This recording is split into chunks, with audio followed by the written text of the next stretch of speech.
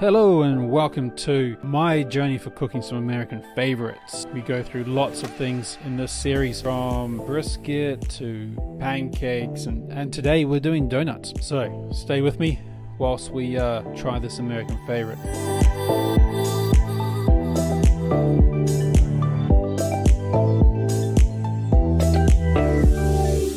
Now, to be clear, this is not a cooking channel. Whilst there may be some instruction here on how to do this yourself, these recipes are from other people.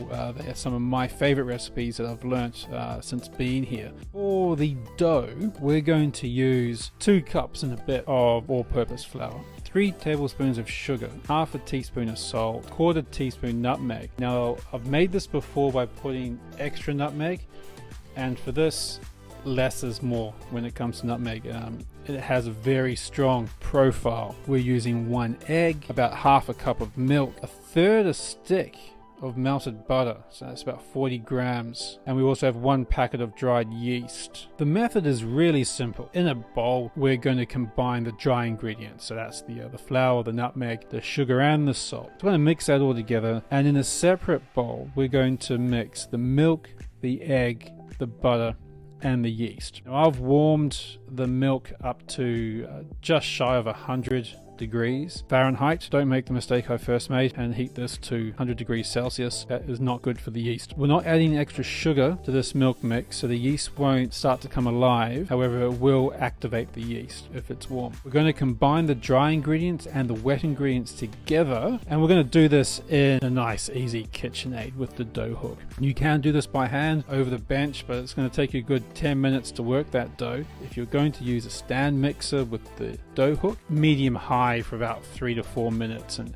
that's good. When you've done that 3 minutes, you're going to bring it out of the bowl and give it a small knead on the bench. Work that dough a little bit more and put it into a greased bowl. Now we're going to do that so it doesn't stick to the bowl. Well, obviously that's why we grease things, right? After we've put the dough into the bowl, we're going to leave that to stand for 2 hours, and it will rise in the process. I put my dough in a non-heated oven. We're not trying to bake it, but the oven is a little bit warmer than kitchen that we're working in. After 2 hours, we're going to roll out the dough to about 1 inch thickness, give or take, but we want to roll it out so we can get between 7 and 9 portions cut. So once we've rolled it out so we can get those portions that we're looking for, then we're going to cut our donuts out using a donut cutter or something similar. I'm just using a small dish here to give me a round shape. After we've cut them out, we're going to put them onto some parchment paper and let them rise again. Now this is the part where we should brush them with melted butter, and that keeps them moist. It stops it from getting dry. However, I'd already used all my butter, so I had none left for this. But if we let these rise again for another 45 minutes, we should start seeing the proper donut shape, or at least the thickness that we're looking for. After about 45 minutes of rising, we're going to preheat our air fryer to around 350 degrees Fahrenheit. Now we want the air fryer already at that temperature. We don't want to start it cold. And so once the fryer has preheated, we're going to gently place the donuts into the grease basket and cook for another 3 minutes. We're going to cook for 3 minutes. After 3 minutes, when we take the donuts out, we're going to toss the donuts in the glaze.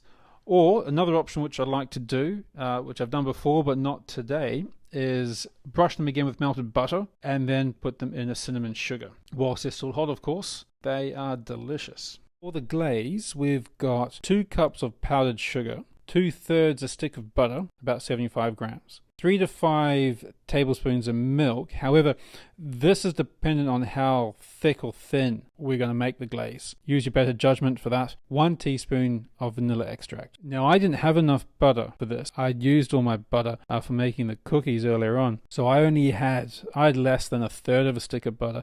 I also had no additional melted butter to coat the dough or the donuts when they came out of the fryer. And if you have that, it helps keeping the donuts moist.